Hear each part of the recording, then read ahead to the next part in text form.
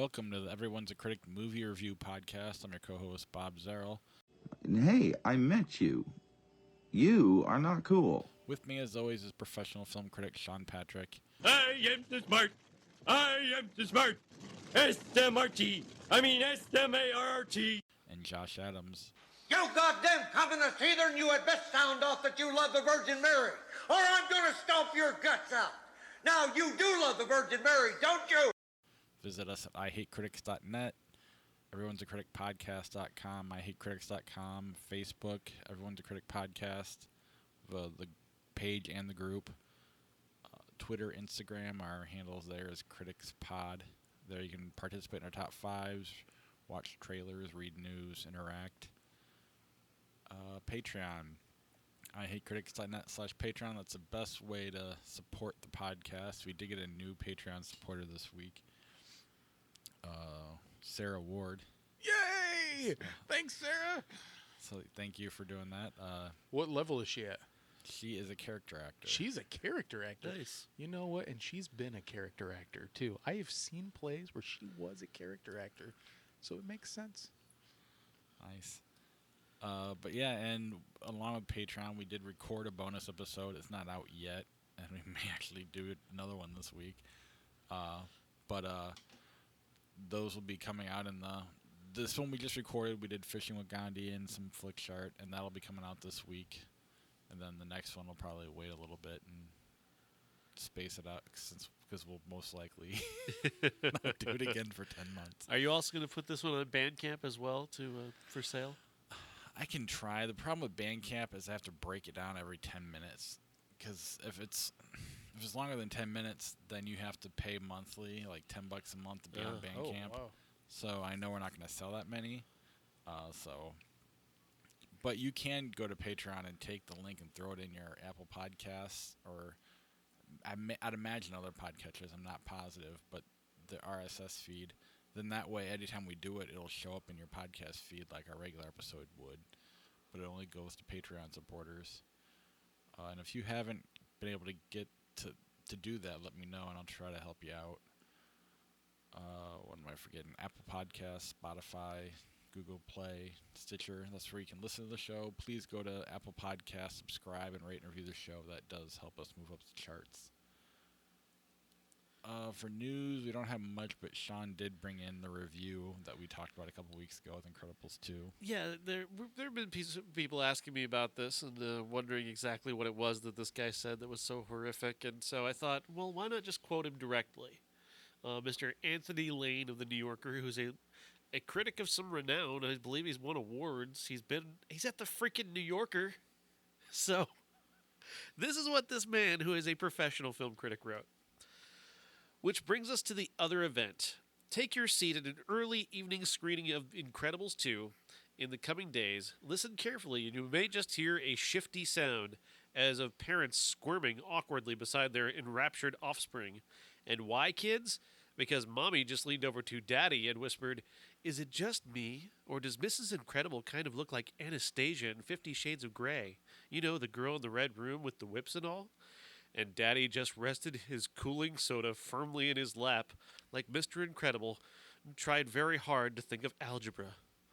As for how Daddy will react later on during a scene in which Helen and the husky-voiced Evelyn unwind and simply talk woman to woman, I hate to think, but watch out for flying popcorn. Josh, put your water on the table.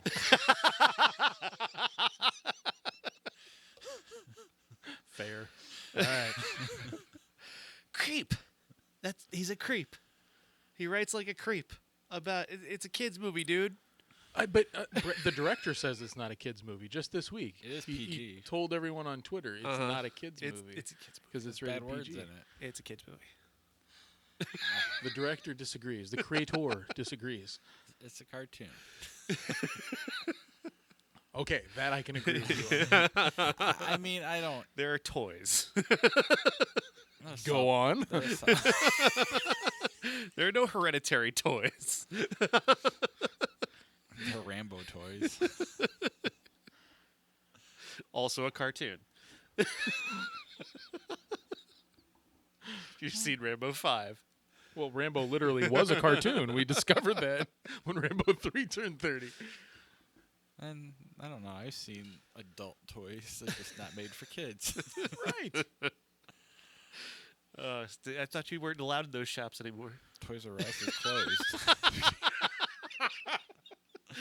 I was talking about like the Alien toys and the Predator toys. I don't think you can get kicked out of an adult toy store.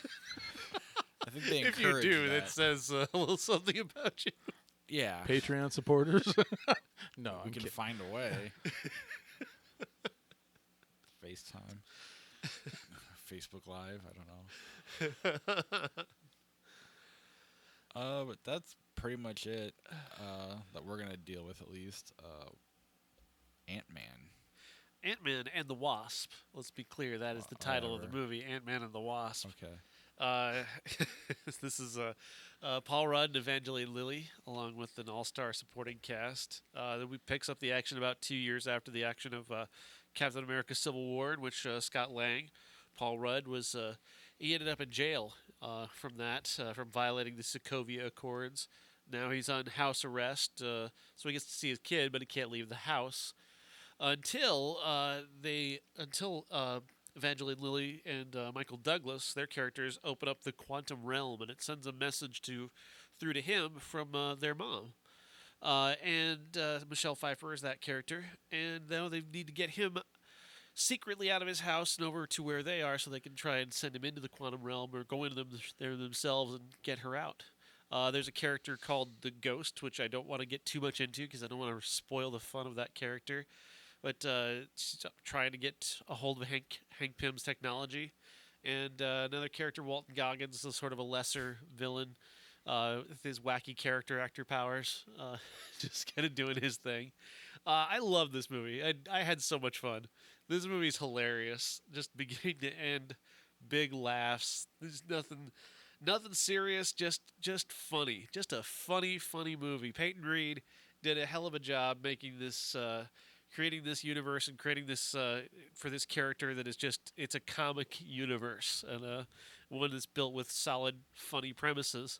I love the chemistry between Evangeline Lilly and Paul Rudd, but I think Paul Rudd on his own is just pretty fantastic. He can just bounce off of anybody in this movie and make it funny.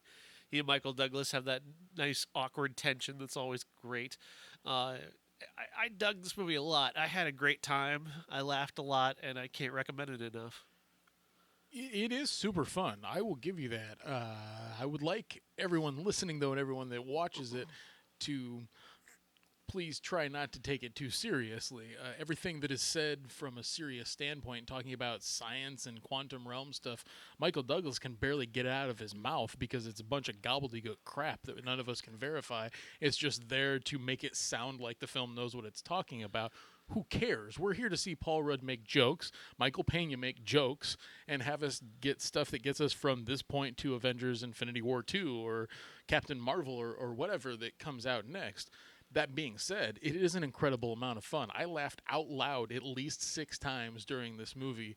The puns are aplenty, and let me tell you, if you thought that the ant names were great in the first one, wait till you get to this one, because I was eating a piece of popcorn with the first one and just about choked. So I have nothing but good things to say about this, as long as you don't care about another Marvel film not taking anything seriously. I mean, and that's fine because I kind of knew this going into Ant-Man.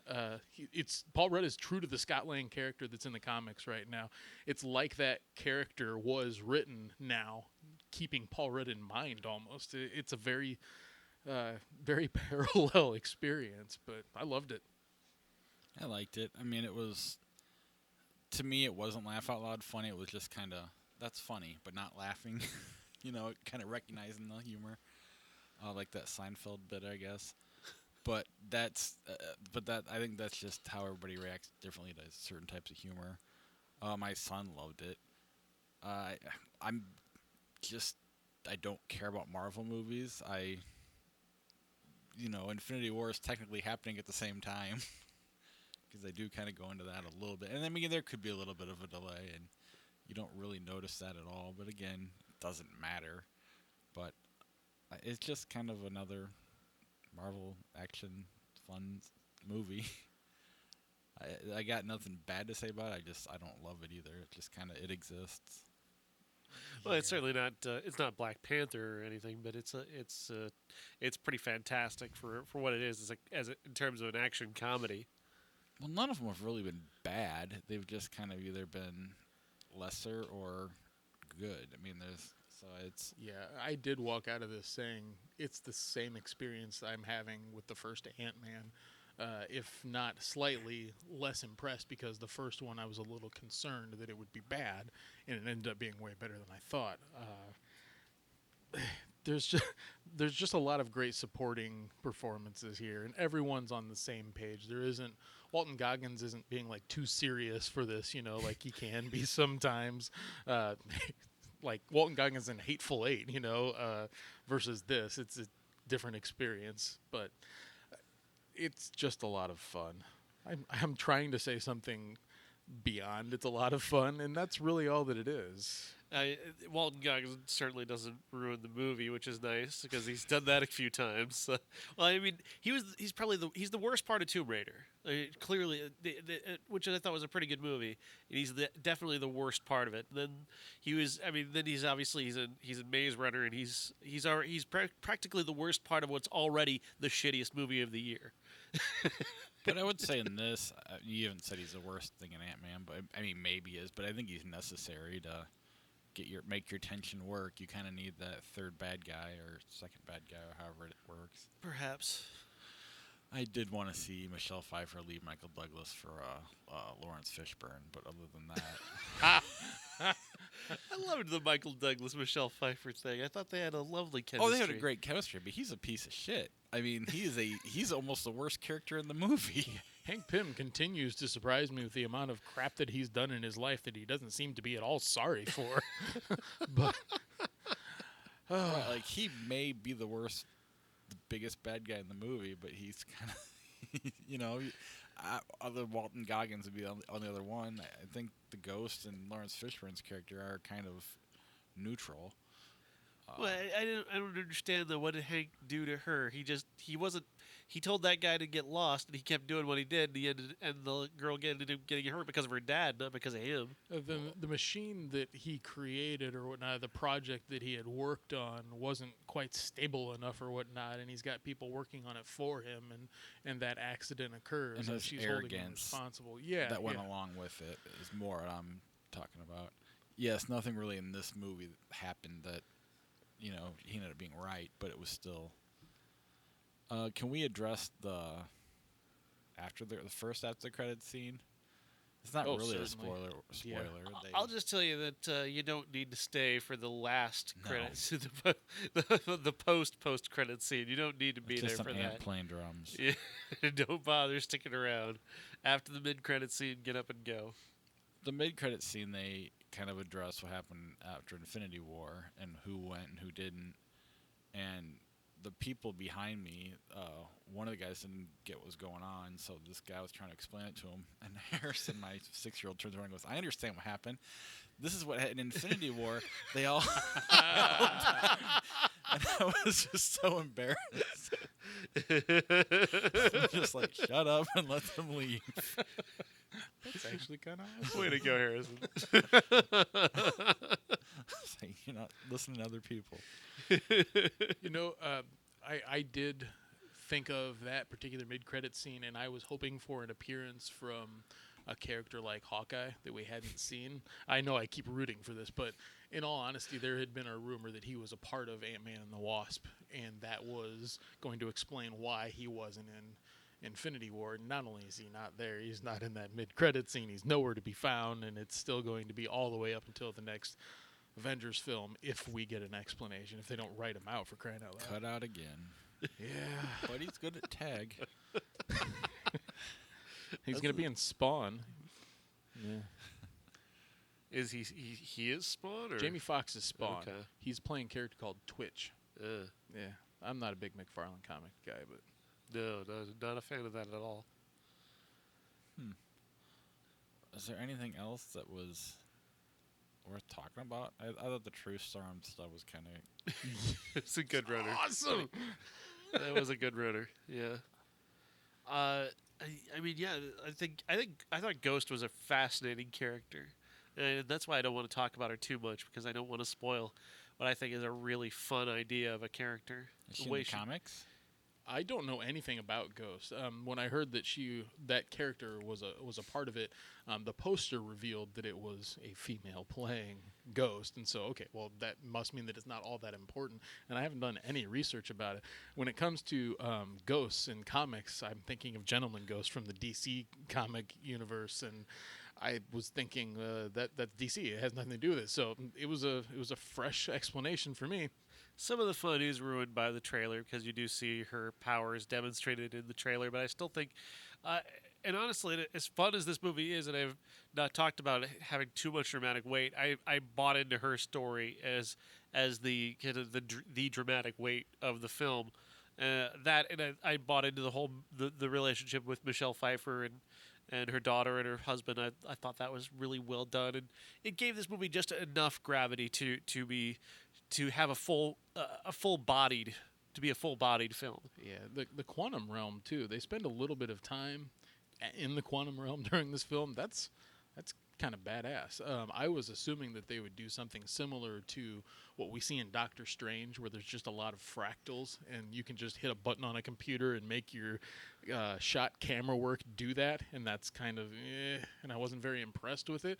And in this case, though, the quantum realm is seen as something as like the liquid that reacts to magnets and sound and whatnot. The whole realm looks like that, and it was trippy in a way, and it had these microscopic creatures, that could attack you, and that was very neat. I dug that. Yeah, it kind of makes me wonder, like how Ant-Man would interact with other characters going into the quantum realm would be kind of interesting. Doctor Strange would find it fascinating. He's no longer with us, is he? I don't think. No. Spoiler alert! He was Everybody's seen that evaporated. movie. They've already announced the sequel. Oh, Which sorry. version that is. Sorry, right. Yeah, sorry. It's going to star the fat Asian guy. Benedict Wong as Wong. Yeah, because Doctor Strange is going to stay dead. Good. Weird. Yeah. Anything else on Ant-Man and the Wasp before we move on to the First Purge? The First Purge, yes. This is the fourth film of the Purge franchise, but it is actually in continuity the first film of the franchise, hence the name The First Purge. This is a story that basically where the Purge came from. Like Dr. Updale, played by Marissa Tomei, theorized that if people were able to get their rage out in one night, that perhaps they wouldn't commit crimes the rest of the year. So they come up with a plan. The new founding fathers of America, or the political party here that has founded the Purge, and they came up with this idea to test out the idea of a purge on Staten Island in New York. So they pay a bunch of people to stay in Staten Island for a night, 12 hours, crime-free. Everybody can do whatever you want. You can murder, you can do whatever. And there's a group of activists who are trying to prevent that from happening, and they fail. So they try to stay behind and try and stay safe. And then, of course, the things begin to break down. What first happens is interesting because nobody wants to actually do anything. So the crime is very minimal, and everybody's kind of just partying in the streets. So that's kind of fun. But then, of course, seeing that the new founding fathers get the idea, well, we need to make this work. We have to have the Purge. We want the Purge in order to do our evil plan, which is fun. Basically, this movie is not very good, but there are elements of it that are interesting because this is a movie that boldly and baldly states its political position. The new founding fathers of America are funded entirely by the NRA. That's where they got their money to put their campaign to make their guy president, was from the NRA. And they name check the NRA. They're not fucking around. They name check the NRA. And they basically put forward the theory is that the NRA is funding the Purge, and that because it'll raise gun sales. That's basically like just flatly, boldly. No, go ahead. I'm just like loathing the NRA. Go on. Okay.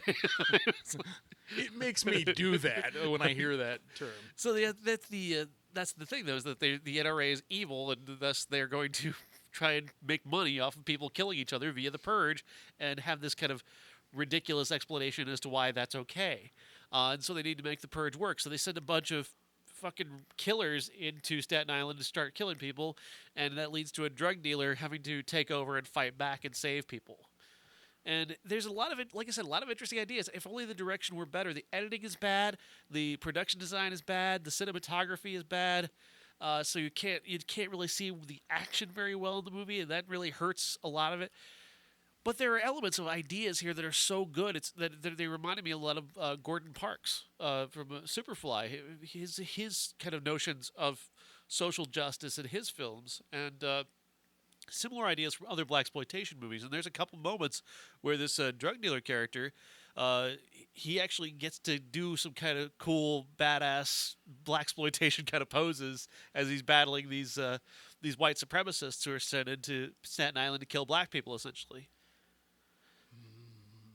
So a lot of good ideas in this movie. It comes up short because they didn't film it well enough. You know, I've always been interested in watching these movies for those very ideas, and there's 4 of them now, and I'm very far behind, of course. Can you start with this one and then be okay with the continuity just going 1, 2, 3 in terms of release date? Yeah, probably. Okay. Yeah. You know, I was thinking that what really bugs me about the Purge films, it was the marketing campaign. It makes it seem so very hyper and almost like MTV Studios quality based on the marketing itself. But the films seem, you've praised portions of each one of them, in fact. And I know that you're okay with at least the first one. Okay. Yeah. So can you pull all of those good ideas from all 4 of them into one really cohesive movie, like a super edit? Maybe. The first one, it doesn't really have much for a political mind. It's more of a thriller. The second one is much more political. The third one is obviously the most political because that one's about a politician who's trying to stop the Purge, who wants to get elected president so she can end the Purge, and the new founding fathers trying to get her out into the Purge so they can kill her legally. Yeah, and even like the good ideas, it's like it's not like we're really in a purge, Right. So I don't know. It's almost too left sometimes, and I don't mind that, and I don't disagree with what they're doing. It's just at some point it's just like weird. Again, you and I are just kind of preaching to the choir type thing with the idea. At least that I haven't seen this one, but I have seen the other 3, and that's kind of where I'm at with it. But as like Sean said, the first one is more of a straight up thriller, and it's I guess an okay idea, but there's several horror movies that do a better job being horror movies. And I heard that this made between 20 and 30 million this week. 31. Yeah, so there's probably Doubled its going to be budget. another one. Double its budget. Yeah, I wonder how much Marissa Tomei cost of the $13 million. And who they cut out, which cinematographer they cut out, and editor they got rid of. Maybe don't put a star in it and pay for your crew. There was more to it. I mean, you got to make the story coherent. You got to make the action a little bit more coherent because the editing style is pretty bad in this. There's quick cuts, and then there's a lot of this. There's a lot of showy camera work that kind of takes away from the action. It's supposed to kind of look cool, but it more just creates this distortion where you're like, who is here? Who's where? This person over here is where?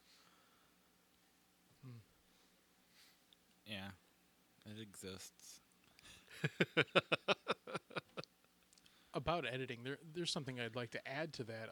In reading this week a couple of reviews of Ant-Man and the Wasp, and I saw people talking about how it's kind of vanilla looks-wise, just like most Marvel films are, and that the cinematographer, Dante Spinati, a guy that that's Heat's cinematographer, and there's such a particular look to that film that why would he slum for Marvel or whatnot? But it makes me wonder, when you're talking about the editing for The Purge and the way that it looks and the coherence of it, is that more of a directive from producers to say, like, if you're going to work on this, I'm going to need you to make it like this. You may have talents, but how much control does the cinematographer have over the look of the film if they're just doing their job?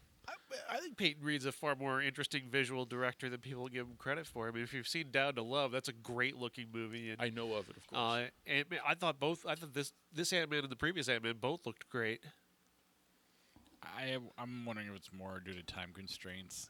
They're just shitting these movies out, so it's like you only have this much time to get it done.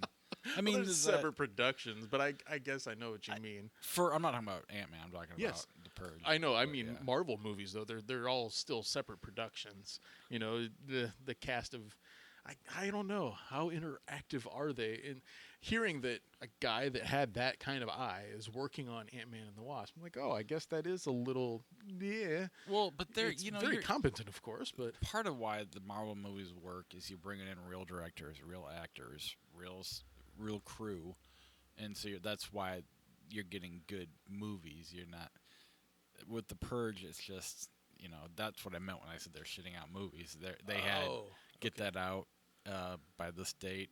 You only have this much time. No time to really edit it. The Marvel movies, they spend the money on that stuff, and that's why they're. And this has been Teach Josh Movies. Yeah, the Purge is rarely risen above just the notion of its premise, which was always a clever premise. It's a notable premise. Right, but after the first one, again, they just exist to me. Maybe I'll see it when it comes to Redbox or Amazon. Won't you be my neighbor? Yes, this is the Mr. Rogers documentary. Deeply moving documentary that is by a guy named Neville. Oh, I can't remember his last name now. He did 20 Feet from Stardom, which won the Academy Award back in 2013. That was all about background singers. And this one, he's really specialized in music documentaries before this one. And this one actually kind of is a music documentary in a way because Mr. Rogers was a guy who actually had a degree in music. Like that's where he got his start. He was also a Presbyterian minister. And he saw TV for the first time in 1951 and thought that would be a great way to reach kids. And he's always been fascinated with wanting to teach children and trying to help them in some way. He actually studied with Dr. Spock and several other child development professionals in Pittsburgh in 1968, learning about the best practices for helping a child grow. And so that all of that kind of plays into who he became as Mr. Rogers, which went national in 1971 and lasted through almost to 2001. And a remarkable run that were filled with these really amazing and notable moments where, like, even though it was just a show that was just in Pittsburgh at the time, but in '68 when Bobby Kennedy was shot, he decided that he would have a conversation via his puppets about death and try to explain how this is what happened to kids. And there was a difficult conversation the parents were having a hard time having, and he did that on his show, and it was very deep and moving. There's another part where he had this character named Officer Clemens on the show, and Officer Clemens was a black man, and in this time period, black people were getting kicked out of pools and being just racist shit was happening to people, and so Mr. Rogers has his friend Officer Clemens come over and they share a pool.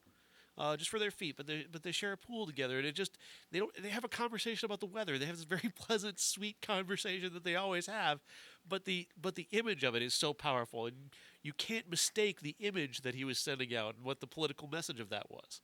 And he was a Republican. He was a guy who was politically right and open about that. But he knew more than anything he was for what was right and what was wrong, and was against what was wrong, and. He was just a genuinely kind person to everyone, and that's what really the movie is about. It's about kindness, and especially kindness to children. Did it go into his previous life before he started the TV show? Or is it pretty much about the TV show? It is about it's about his entire life. Much of it is about the impact he had on other people's lives. his crew, his wife, his children, and of course the children who watch the show. And they really does a fantastic job, this director, of really kind of giving you a sense of the impact that he had on people. And that's really they allow the movie to be very emotional in that way. And I dig that. It's not just a linear telling of his life. It's also this thing that allows for a lot of emotion to be involved. His life before this was again relatively simple. He had a scholar. He was a music scholar. He became a Presbyterian minister. He got married before the show, and then he got into TV, and was a side player for a while before he actually got his own show. Which it's interesting. Mr. Rogers actually started in Pittsburgh, then went to Canada on the CBC, and then to PBS in '71. Wow. Yeah. So the whole war hero crap's just all made up. He was not a war hero. They do talk about that. Yeah. They don't show us tattoos. No tattoos. Do they talk about Mr. Robinson's neighborhood at all? They do. Yes, that does come up, and he was pretty sensitive about that. Although he did meet Eddie Murphy, and they did share a hug, and Eddie told him how much that it really is meant to be a loving tribute, and he understood that. But he was a very sensitive guy when it came to the parodies. They seemed to point out that he didn't care for what Jim Carrey was doing with him on In Living Color very much. That kind of did hurt his feelings.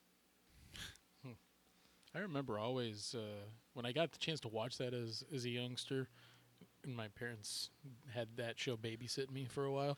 It was always kind of like a situation, even as a youngster. But then eventually, I'd always get pulled into it because it was always so genuine, and even kids can see through the nonsense of hyperactivity or. And that's a big point. Is like one of the big things he did. As much as he loved music and was great at music, he knew how to use a pause.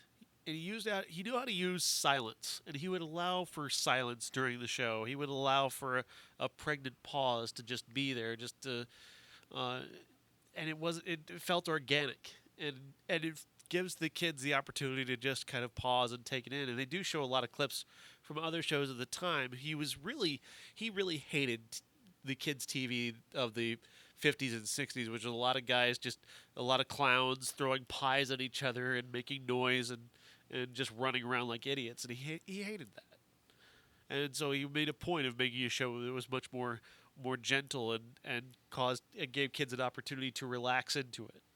It makes you wonder, though, if he'd been around when like 9/11 happened or whatever, and he talked about it. He was sick. But was the show around? His show was off the air by then, but they brought him back to be around there and talk to the kids about it. But he was so deeply affected by it himself. He didn't know what to say to people, and he died just several months afterwards, after September 11th. And I just wonder if, had that show been, not bringing him back, but had it been around, if parents would have been as okay with a TV show talking about that stuff, because it seems like everybody's more sensitive now to that type of thing.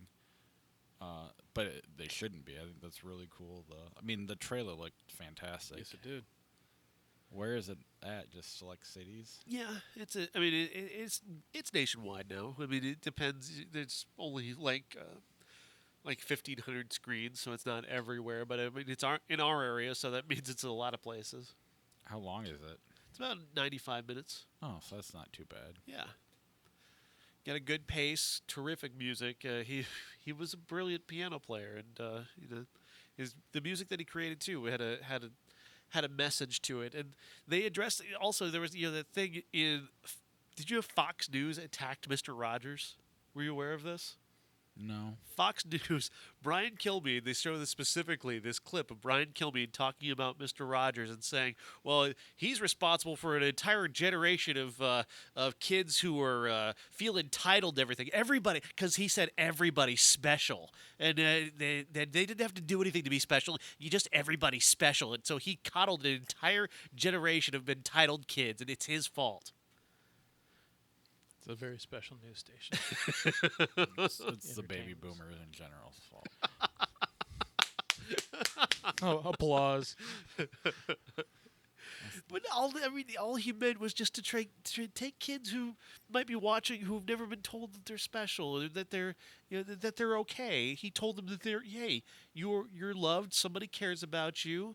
And that was a message that I'm sure a kid who was just being left at home all afternoon with parents off working their jobs and they've got just the TV in front of them, it's a good message for them to hear. It was an incredibly valuable show. I mean, good Lord. That's funny. All right, the tennis movie. Borg versus McEnroe. This is one of the biggest bombs of the year, and really nobody even really talked about it. $65 million to make this movie. They did put it out at the Toronto Film Festival last year in hopes of trying to get some awards interest, I guess, and it didn't. It did make it past that. They didn't really find any kind of interest at Toronto, and then it languished, and finally they dropped it in theaters earlier this year, and they didn't even get a nationwide release. It went so badly from New York and Los Angeles. The budget on this movie, $65 million. The total worldwide gross, $7 million. That is a brutal number. But the movie is about the 1980 Wimbledon tournament. Björn Borg chasing his 5th Wimbledon in a row, and John McEnroe, the upstart played by Shia LaBeouf, is trying to win his 1st Wimbledon. And they're on a collision course toward a final that's going to be epic, and it was epic. And I thought the movie was good. It's good at getting you to that point. It's good at laying in who Borg is, and it's good at laying in. Shia LaBeouf gives a pretty great McEnroe impression, capturing all the complexities of McEnroe, from the guy who's spitting and screaming and yelling on the court, and then is still kind of an asshole off the court. But then he goes to Wimbledon against Borg, and he's very respectful, and he actually doesn't argue, and he's just playing tennis, and it's a kind of a really nice turnaround, and it tells a great story as it did at Wimbledon 1980. And then you go back and you find out about Borg, and Borg was, as a kid, very much McEnroe. He was throwing his racket, he was hitting things, and he was screaming and yelling, and it took the interference of his coach to try and get him to bottle up all that emotion. It would come out in different ways in the rest of his life because he was this cyborg on the court, and then he would be at home just kind of doing all sorts of weird. He got very OCD, and he was very controlling. He had to sleep in a room that would allow his heart rate to drop below 90. So he had to keep the room really cold. Like, it was really weird shit that he had to do to be prepared to play tennis that really put off the rest of his family. I like this idea. Go on. Hardest to get your heart rate below 90. I don't know if it was below 90. So I don't know how low it was, but he had to get it below really low. Level. Yeah, Gotcha. I don't know how it was. But yeah, he had to do it, and it had to be very cold in the room to do that for whatever reason. So he was very eccentric, and I think that's the aspect of him holding himself so tightly on the court, just spilling out in other aspects of his life, and I thought that was well laid into the movie. So I can't figure out what it is about this movie that made people reject it so much. Maybe it's just that tennis isn't as popular as it used to be. It's a niche movie. You don't spend $65 million on a movie like that. It's just, we talked about this yesterday when we did the bonus episode. We didn't do it on the show, but they don't make a lot of hockey movies, especially with real NHL type people, because you can't afford the licensing and stuff, and you're just not gonna. The audience isn't there, so you don't do it. I mean, or if you're gonna do it, you find a way to do it cheaper. That's the only way you can really. Or if the sport was smart enough, they would license it for cheaper, but they're not. Right. Or whatever it is, I don't know, but you just don't spend $65 million on a niche movie like that. Of course. I, of course, know those names. We all know who they are, and I caught the tail end of McEnroe's career and Jimmy Connors, the end of his career, and boy, it was a lot of fun watching them, but in no way, shape, or form we're the not the main movie-going audience, but we're taking the place of what our parents were in the 80s and 90s and what they were interested in. You're only going to get like a particular crowd who even knows who these people are. And then on top of that, tennis isn't like huge in everyone's mind now. I think it's less popular by far than it was back in the 70s and 80s. Well, I mean, female tennis might even be more popular right now. Oh, yeah, absolutely. Oh, for But sure. the name where the only McEnroe, stars are. Right. So I don't know. I mean, yeah, I agree. I think the sport itself is more popular, but the name is not recognizable today, like it was to. If you're gonna, bottom line though, if you're gonna lay out a $65 million movie, you better be ready to lay out another however much on marketing and actually put the movie out, as opposed to what they did with this, Well, yeah. which is they just buried it and took the $55 million loss. And hope to get it back on TV deals or something like that. Hopefully, yeah, maybe license it to the Tenos channel and hope for the best, maybe. But I've noticed that studios don't really count that. Once, however it does in the theater is kind of where they view it. Everything else, they don't really. I mean, obviously it counts, but in terms of doing a part 2, which obviously there's no need to do, they don't look at DVD sales or streaming sales, or they. Well, yeah, I mean, some of them do. Like, that's the only reason Super Troopers got made was. Well, in general, but that's the reason it took so long as well. And that's actually why I heard the director of that movie talking about how they didn't care about how much it made after the fact. It was, and they actually had to go get the money, so that's why it got made. Ladies and gentlemen, this is the main event for the linear, legitimate, and universally recognized Undisputed Classic. Our Undisputed Classic, if you want to call it that, is Society. Yes. Sorry. The internet lied to me, okay? I trusted the internet to tell me that there was a creepy, weird movie out there that would fit in with the Purge, and they fucking lied to me. Because this is a piece of crap. Like, this movie sucks. Billy Warlock is the star of this movie, formerly of Baywatch. And he's a Michael J. Fox wannabe. Kind of, yeah. He is a guy who was raised by parents in Beverly Hills. His parents have always been a little bit weird. He's adopted, I think that's established. He's got a sister. The sister has this weird relationship with her parents that gets weirder throughout the movie.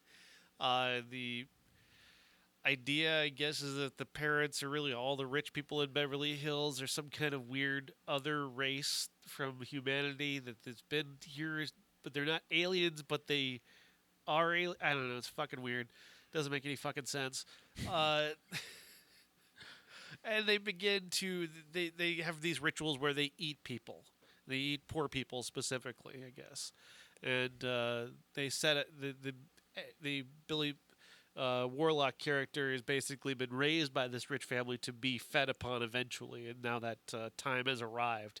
And what we get is the shunting is what it's called, where they take this poor bastard, they strip him down, and then they stick their suckers on him, and then everybody becomes this writhing mass of skin and sweat and hair, and they're just sucking his bones until he doesn't exist anymore. I guess that's what happened. I don't know. I wasn't particularly impressed by the gore effects here. I mean, it just looked like a lot of wet like they rubber. Dumped a bunch of KY gel on everybody and said, "Go to town." Maybe a little ketchup involved too. Right. This is a movie that thinks it's really badass for one character to call another character butthead, and then to have that guy's head actually come out of his ass at one point. Oh. And then he called it, "Who's the butthead now?" Like, okay, whatever, dude. Funny joke, I guess. Paul Rudd said it though. It was funny when Paul Rudd did it. Right. Paul Rudd can make anything funny. They need to remake this with Paul Rudd. Well, they could remake it and take it a little more seriously. To be leave it honest, alone. The problem is that the first 2 acts of this movie are incredibly boring. Like, it's incredibly dull. Outside of maybe the visual of the sister who does this thing in the shower where she just spins herself around, so like her front is facing, like she's cleaning her ass, I guess. She's just able to look down at her own ass. So convenient. I guess that's the creepy thing, but we're watching it through like the glass, so we can only kind of see what she's doing. But that's the first creepy thing you see in the movie, and then that goes away for like 40 minutes till the next gore effect, and you're like just sitting there and go, this guy's a fucking idiot. Why don't I eat him? Just fucking eat him already. To be honest, I was impressed with the first 45 minutes of the film because there's a slow build, and the film is asking us to question whether or not what's happening to Billy is really happening or not. And so I was buying into that because it makes us think by the end there could be a couple of different possibilities, okay? And I don't want to get into this trap again where I say that the film isn't what I was hoping that it would be, because I didn't have necessarily any hopes for this, but the internet lied to me too. I saw a couple of pictures of this, and what I expected from those pictures is that somehow this was a movie about cannibalism. If they had done that and really amped it up like that, okay, I can see that actually working, where the wealthy actually eat the poor. Right, that's what I interesting. thought. That would have been far more interesting than what they do with it, which is this writhing mass of kind of gross that's more not really that impressive. An actual buffet, a human buffet, that's an idea. That's far more interesting. And along the lines of something like Sallow, to be honest, I mean, that film, as gross as it is, at least there's a consistent, like, oh, this is really awful. I mean, these people are terrible people. This is the psycho of the psychos, okay? And instead they come up with this lame excuse that they're a different race of humans. Well, that's silly. In fact, I almost wish they would have said aliens. You know, if they're not going to do cannibals, which is what I was assuming and hoping for, there's something about that and actually terrifying. And even when he's in the situation at the end where he's about to be eaten, no, instead he's allowed to go upstairs. They don't follow him. Right. Then he gets into a fist fight with his high school mortal enemy, Ted the Tycoon Ferguson. It ends up being stupid, and so it was dumb. taking itself to a B-level seriousness, to a 45-minute hour mark where I was down with what was happening, even though it was boring. Then it just falls apart. It was boring for me because Billy Warlock is such a terrible actor. He's really awful. He's a wannabe Eric Stoltz, not even a wannabe Michael J. Fox. But even, it's not just him. They're all bad in this movie. Yes. And not only are they asking you, is he really going through this, they're asking you to tolerate the acting throughout that 45 minutes to an hour. So that's why I don't know. There's just no saving this movie. Even if it ended up with a good ending, the acting is so bad, I don't think it could save it. If all of a sudden Sallow happened at the end of this movie with this acting, it just wouldn't work. This is like if somebody asked Roger Corman to remake Sallow without telling him what it was about. Right. Okay, that's good. I can see that. Cousin Jeff was talking to me on my Facebook about this, and he said he said it was gross, and I'm sorry. And I said I wasn't impressed with this because I live in a post Night of the Virgin universe. Yeah, I saw that he had seen Night of the Virgin also, and I'm like, that's two testimonials right there. So I think I'm probably down for that one. And I'll be honest, I was waiting for his testimonial more so than Sean's. Yeah, I suppose. I mean, no offense, but as a true horror Jeff is definitely a horror expert, and that his stomach was almost turned. Really, really kind of moved me even more on this movie. Like I want to see it. I can't possibly imagine what you guys are seeing in this movie that we haven't already seen before. Apparently that's hilarious. I'll find out hopefully this week. It can never live up to the expectations. Really? Probably not. No, I've built it up too much, probably. That tells you how successful Society was this week, that we're talking about a completely different film in a much more interesting capacity that we have not seen. I did kind of halfway fall asleep during Society and woke up in the middle of that little cannibal orgy or whatever the hell that was. But I don't know. What did you think? What came to your mind when you were looking at it? Me? Yeah. Orgies are fun. Why are you making this gross? I know it wasn't even really an orgy, but still. They alluded to earlier in the film they were going to have the feast and then have the orgy. And I'm like, well, we didn't get that either. So I got a combo. It was honestly, I was more creeped out by the parents having sex with their daughter than I was about the orgy at the end. Yeah. But even then, it was so cheesy and stupid that it wasn't effective enough to... Creeped out by the idea of it earlier on. Yeah, the idea is creepy. And then it just doesn't follow up on that at all. Right. Man, this is a bad movie. Stupid internet. At least it was free on Prime. Which is part of the reason why we we're so quick to choose that one. I can't wait to see what my prime recommendations are now. Oh, I Whoops. I did see that a lot. I almost watched a couple of them. I think some early Peter Jackson movies were part of the suggestions. Put your top 5. Who's your top 5? Our top 5 is fucked up deaths. I will start with our Facebook page and then jump to Josh when he's ready. Cousin Jeff has Pat's Death in Suspiria, Glenn, A Nightmare on Elm Street, Marcy, Friday the 13th, Gage, Pet Cemetery, Jason, Friday the 13th, The Final Chapter. Christina said, I'm not into scary movies, but something about getting eaten always freaks me out. Kalina, Squished in Glass Walls, 13 Ghosts, All the Dancers at the Beginning, All Cut in Half, A Spectacular Scene in Ghost Ship, Janice Higgins, The Weird Crotch Bite Incident, Deep Blue Sea, Quint, Need I Remind You from Jaws, and then Zara, So Much Overkill, Jurassic World. Let's see here. Scott Underwood wants to know what his friend would think. Yeah, this is an individual that I know named Tony. He's one of my son's cousins on his mom's side. I once saw Tony's home back like a decade ago, and he had an entire large case of horror films, just horror films, and he gets them delivered from like random places in Europe. So he's the guy to talk to about random horror deaths and whatnot, but he may not have seen the tag. He's not very active on Facebook. So I would I've talked to him before about coming on and talking about what his favorite horror stuff is, but he just hasn't contributed thus far. Yeah, and my brother has friends like that too, and he's kind of like that as well, but I couldn't come up with anything creative.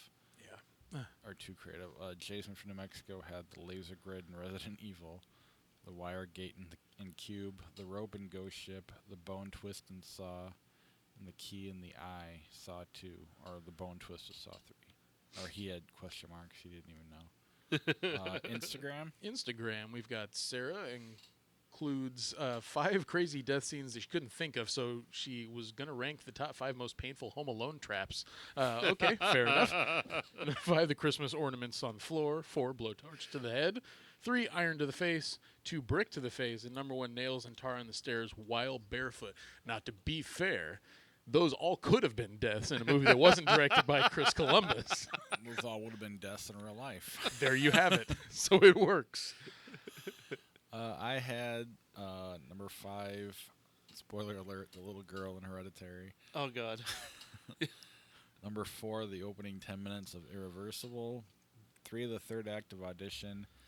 2, Jesus from Passion of the Christ. And I didn't get to see your submission, so it's fresh.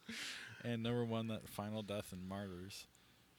Oh, still gotta watch that. Sean? Yeah, that final one in Martyrs would definitely be at the top of my list. Also, the bone twisting in Saw I thought was incredible. Mostly for the sound effects in that are just phenomenal. Like that's the hardest part for me is those sound effects. But Cannibal Holocaust, obviously the woman on the spike, that's pretty badass. Yeah, there's one of the, I think it's one of the Dawn of the Dead movies where the bad guy at the end gets thrown to these zombies and he's getting just eaten alive and his intestines are being pulled off, and he finally just says choke on it. Just tells the zombies to choke on it, and that's how he dies. I thought that was kind of awesome. Those would be my ones, yeah. I haven't seen enough of these type of films to really develop a strong 5, so I'm gonna have to go to populist culture again. 5, all of the Nazis in Raiders of the Lost Ark. That was always a pretty fun, crazy death for me. Melting Face is pretty good. I'll take that. 4 is Rhea from Solaris, because it was just so heart-wrenching. Like, it's hard for me to watch, which is weird considering it's not gory at all. It's just very impactful and crazy that you would eject your wife into space. Well, maybe sometimes you want to do that. I don't know. 3, the animated businessman that Gogo Yubari bleeds out in Kill Bill Volume 1. That was pretty intense. Number 2, I have to go with Kane from Alien. That was the first crazy death that I ever watched on film. It got me. And number 1, Sheriff Hunt, or Kurt Russell's character in Bone Tomahawk. Now That is a great death scene, man. Especially because you don't see it coming. No, not at all. Spoiler alert for those that haven't seen it. Also, a shout out to a death I don't think we actually saw, but you imagine it from Seven, where the guy, the knife on the end of his dick. Yeah, that was, that was. Leland Orser sells being very distraught very well. That's what creates the image in your head of what just fucking happened. Number 18 in 1988. Squeezed and pulled and hurt my neck in 1988. Squeezed and pulled and hurt your neck in 1988. 1988. This is the week of Deuces. Deuces are wild. There are 3 number 2 films that came out, and then perhaps the most well-known, depending on your angle. I'll start with Arthur 2 on the Rocks.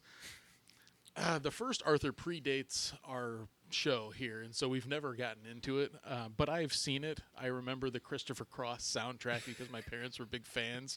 But the second one is considered like one of the worst films of the year. It was part of the Golden Raspberry nominations, as I understand it, if that, as Uncle Jeff likes to point out now. I'm getting hurt by all the Stallone movies. Yeah. I mean, let's put the Schwarzenegger ones in there. Come on. Yes, they're Red worse. Heat. I nominate Red Heat to be one of the worst of 88. But I guess you could say Arthur 2 on the Rocks, because I've seen it, is a bad movie, and it doesn't really give you all of the fun little moments of Crazy Guy from the first one. It's just a little sad because, it's like 7, 8 years later. And so whatever cultural moment that Arthur had, it had passed it by at this point. It was also just that was not a film that was built for an organic sequel. Yeah. Even if they'd immediately followed it up, it would have still felt weird and forced. Yeah, it wasn't ready for an organic remake either. It did not do well. So hindsight being 2020, Arthur should have been the classic. Oh shit. Well, that's why we all have our Unless they responsibilities. remake it again. Yeah, maybe. Also, a sequel to a film that I hold very dear in Short Circuit that we have already discussed on this show when it turned 30 in 1986. Short Circuit 2 doesn't have Steve Guttenberg, doesn't have Ali Sheedy. There's no G.W. Bailey, if you like that kind of thing. So we have to rely on Fisher Stevens' portrayal of a scientist with an Indian accent. Fisher Stevens is not an Indian man. It's a very bad movie with some very awkward moments. Michael McKean is in it as kind of the sleazy bad guy. Johnny Five still has some funny moments or whatnot, but it's all kind of like it's a hyper movie. And I remember watching this not in the theater, but on HBO because it was on a lot because it probably came to them very cheap. And Just it like just Borg and McEnroe. but I would Right, imagine way under the quality of that. And at the end of this film is one of the corniest moments that I can remember as a child, in which Johnny Five is recognized as a human, and he gets he's sitting there taking the citizenship test amongst a bunch of other individuals in his gold plating, and he's got his C-3PO moment going on, and it's just so awkward because they lavish praise on him as being like the first robot sentient being, and It's like the polar opposite to society. Yes. But both are awkward. I would argue that Johnny Five deserves citizenship more than Billy Warlock does. It's got a better name, too. Yeah, and a cool laser. Yeah. Okay, also, the third sequel for this week is Phantasm 2. We have made Phantasm a particular special episode on this show in which we all got together and watched the first one, and as exciting as the idea was, the execution wasn't the same. Directed by Don Coscarelli. This one is also directed by Don Coscarelli. It's got Angus Scrimm in it. It's got James LaGrosse as the lead, too, if you like that kind of thing. I have not seen Phantasm 2, 3, or 4, so I have nothing to say about it, but the Silver Orb appears to be back. Yeah, it's basically the same movie. It's just not. It's also not very good. James LaGrosse is pretty hard to watch. The whole thing is just. I guess it looks a little better, maybe. But this series has an audience, and I'm not sure why. I was not impressed with this. The ball doesn't make enough of an appearance. Yeah, that's the been my complaint. That's been my complaint about all the Phantasm movies, is that you don't see the silver ball enough. Yeah. And also turning 30, maybe the most memorable film of the weekend, License to Drive, starring Corey Haim, Corey Feldman, Heather Graham, Richard Macer, Carol Kane, and a lot of character actors that you know well enough to recognize throughout the film. And Corey Haim plays the main character. He's a guy that's getting ready to get his license at age 16, and he fails his test.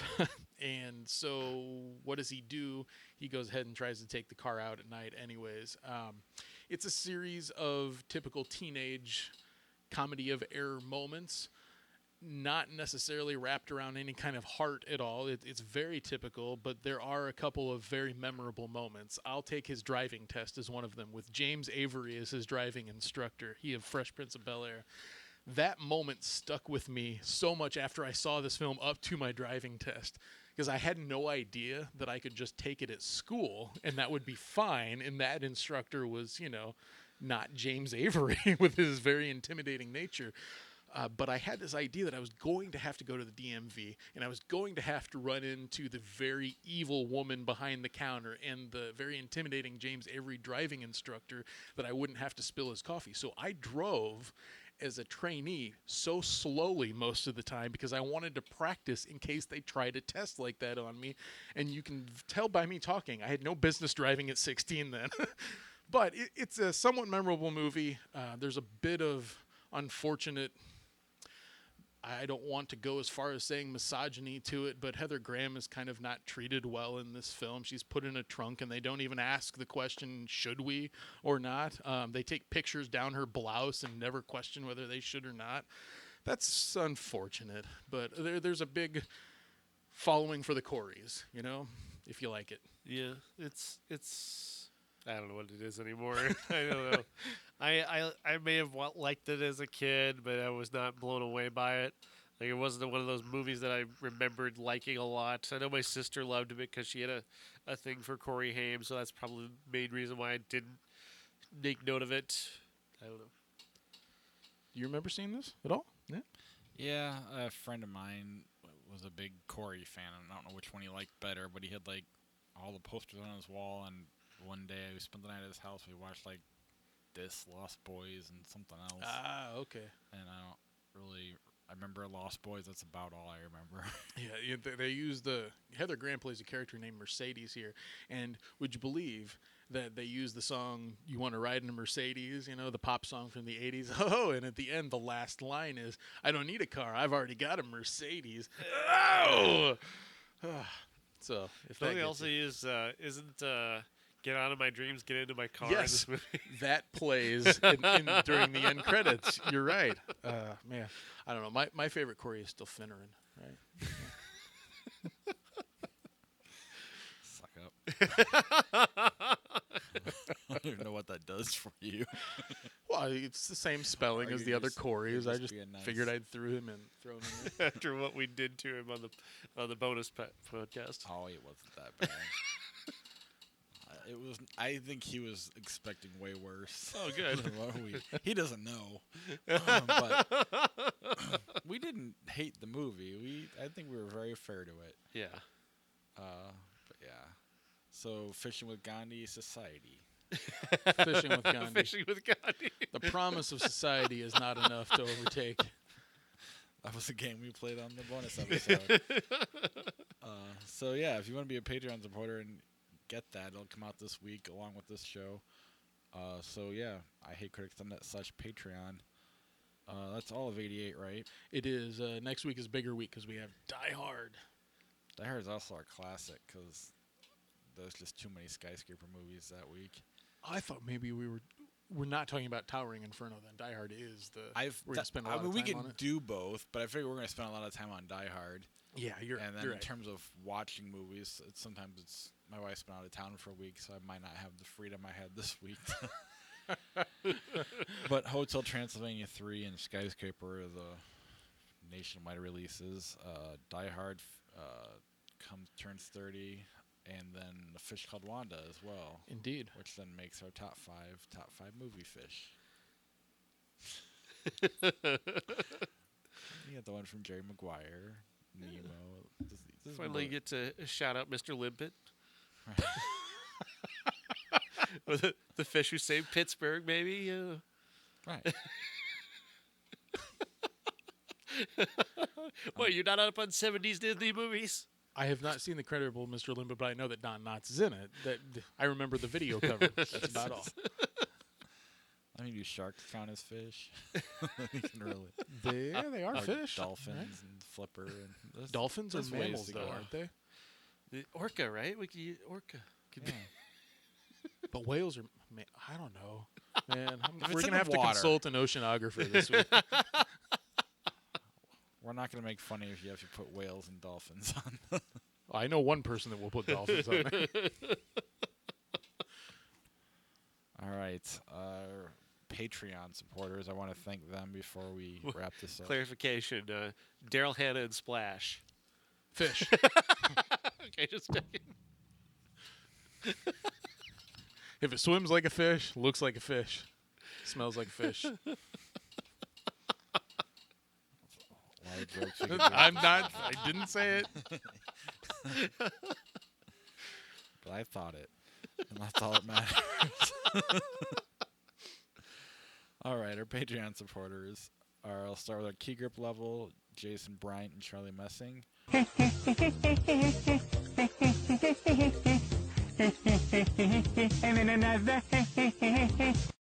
Our character actors, Christina Cato, Josh Paul, and Sarah Ward.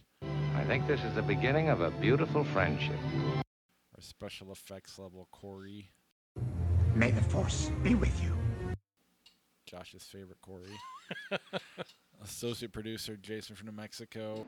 Everybody has to eat shaving cream once in a while. And our movie stars, Dave Severs and Uncle Jeff. I want the truth! You can't handle the truth! If you want to be a Patreon supporter, ihatecritics.net/Patreon. The best way to help support the podcast. You will get a bonus episode every now and again. Someday we'll get to the point where we're doing it on a monthly basis, but maybe. At least we'll always shoot for that, whether we do it or not. Who knows? But what else? iTunes. If you go to Apple Podcasts, subscribe to the show, rate and review the show, read it on the air. Otherwise, we'll see you next week. That ought to do it. Thanks very much, Ray. And we're the three best friends that anybody could have. We're the three best friends that anyone could have. We're the three best friends that anyone can have. And we'll never, ever, ever, ever, ever leave each other. We're the best three friends that anybody could have. I mean, the three best friends that anybody could have. That's right, the three best friends. Crocodile Dundee, 28 weeks later. 28 weeks later. Crocodile Dundee. 28 weeks later. They Live, True Romance. True Romance. Oh, I really like They Live. I can't wait to watch it next month when it turns 30. That's going to be good stuff. I will go with They Live. I think I'll go They Live as well. That movie was way ahead of its time. Dogma, Analyze This. Dogma. Analyze This. Dogma. But I do like Analyze This. Jerry Maguire, Jaws. Jerry Maguire. Jaws. God. It's probably Jaws, but I like Jerry Maguire a lot.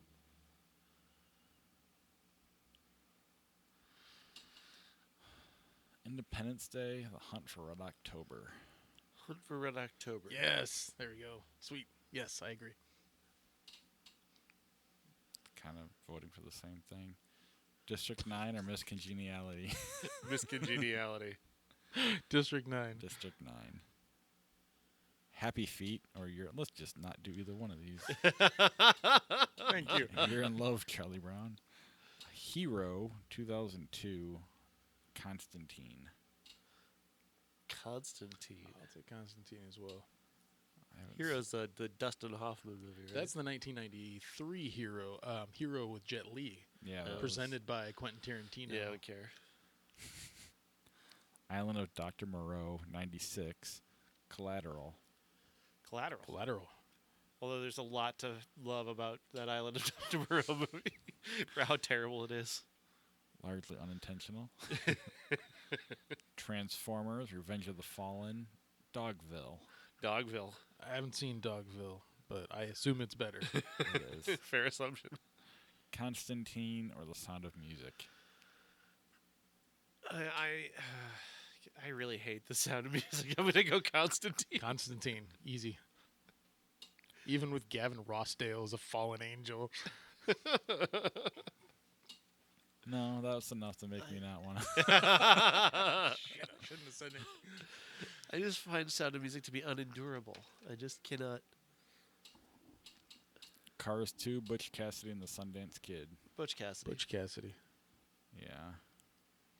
Christmas Vacation, Yes Man. Yes, man. Christmas Vacation. I hate Christmas Vacation. Chinatown, Sleepless in Seattle. Chinatown. Yep. Peter Pan, 1953 or The Day After Tomorrow. Peter Pan. Yep. Nightmare Before Christmas, Saving Private Ryan. Saving Private Ryan. Agreed. Nightmare Before Christmas. Road Trip or The Final Destination. Road Trip. I haven't seen Final Destination. I would take Road Trip as well. I thought you were a fan of those movies. But I don't mind them, but Just like Road Trip that much I like more. Road Trip. It's a guilty pleasure. I shouldn't feel guilty. But I do. The Graduate or Bambi. Bambi. I'll go with Bambi also. So will I. A Bug's Life or As Good as It Gets. As Good as It Gets. I'll take A Bug's Life. I'll go with As Good as It Gets. Juno or Tropic Thunder. Juno. I do like Tropic Thunder though. I do too, but Juno. Juno's a revelation masterpiece. for me. Knocked Up, Anger Management. Knocked Up.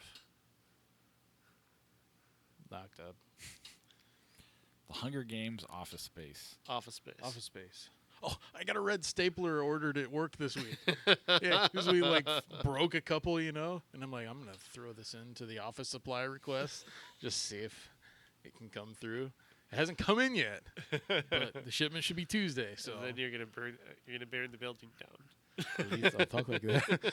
Stephen Root was a voice in something that I watched. It was a TV show called Gravity Falls, and we picked Stephen Root's voice. Well, she did, out of the sea of voices in that show. That's funny. Now I got a coworker, the red stapler. Demolition Man, Twister. Boy, Twister's a real piece of crap. Demolition Man. Demolition Man, easy. Easy. It's a fun piece of crap. Oh, this is what we're going out on. Billy Madison or Transformers? Fishing with Gandhi.